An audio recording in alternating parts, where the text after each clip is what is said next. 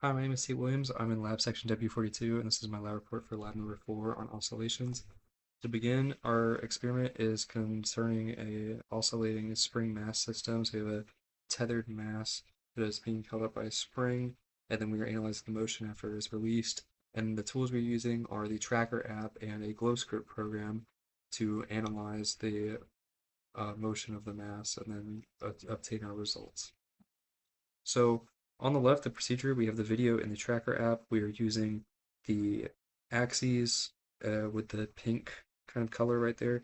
We're using the blue calibration stick with a known length of 0.7 meters, a known distance. And then at the bottom, that swarm of red is where we have selected for each frame the position of the mass we are actually evaluating. And on the right, doing all that gives us the graphs on the right, which we can see obvious oscillation here, but for each axis we have this kind of sine wave looking graph, and then it is the raw data under it is actually the data of each position that we've gathered from picking the mass at each frame, and we can take that, export it, and then we are able to make a CSV file, which then our glowscript program can analyze. We're putting it in our glossaryl program, and then the actual calculations that we have altered here in this shown screenshot are taking the values that we have. We are analyzing the forces present and then doing appropriate ad, adjustments to the mass's position and motion. So we're updating its like the forces on it, its momentum, and then we are showcasing its change in energy and updating the values for its energy. And then we get this graph kind of in the center here, which is the change in energy over time of the system.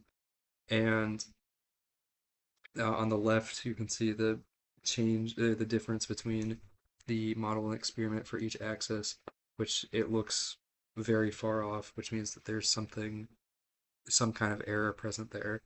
But on the right, we have the actual raw data output by the tracker app.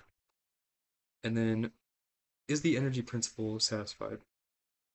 Looking at the graph, you can already kind of tell it is, with how the curves are changing with one another, and that is depicted by having each uh, change in energy or energy value kind of represented there.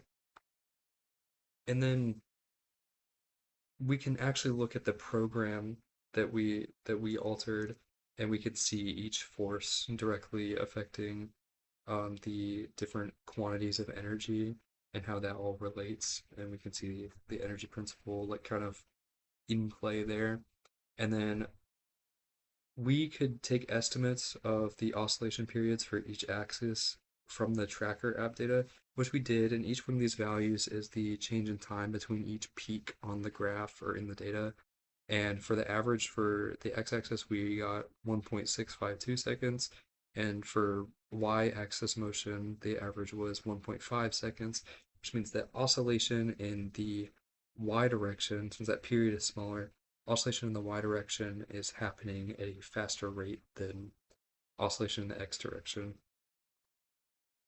So potential sources of error for this experiment, with doing the tracker app, if you do not press the mass consistently, like one of your positions may be off or something that can affect the numbers coming out of it. And then also for the CSV file that we get from our data, if it was formatted incorrectly, it can cause some discrepancies in the program.